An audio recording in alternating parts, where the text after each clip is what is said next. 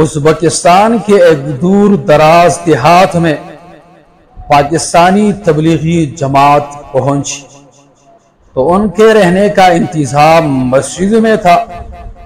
نماز کا وقت ہوا، تبلیغی جماعت کے کچھ ارکان وضو کر کے واپس آئے تو مسجد میں داخل ہونے سے پہلے اپنے اپنے جوتے اٹھا کر اندر داخل ہوئے اور جوتوں کو مسجد کے ایک کونے میں رکھ دیا۔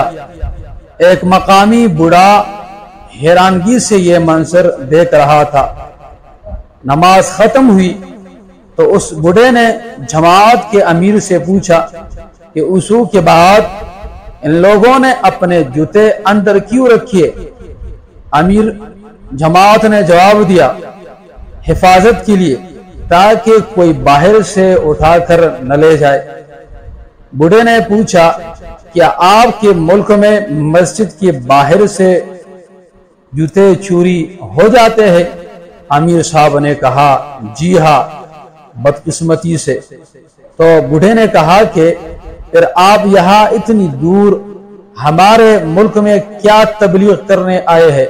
تبلیغ کی سب سے زیادہ ضرورت تو آپ کی قوم کو ہے، کیونکہ ہمارے ہاتھ مسجد کے اندر یا باہر سے کوئی چیز چوری نہیں ہوتی۔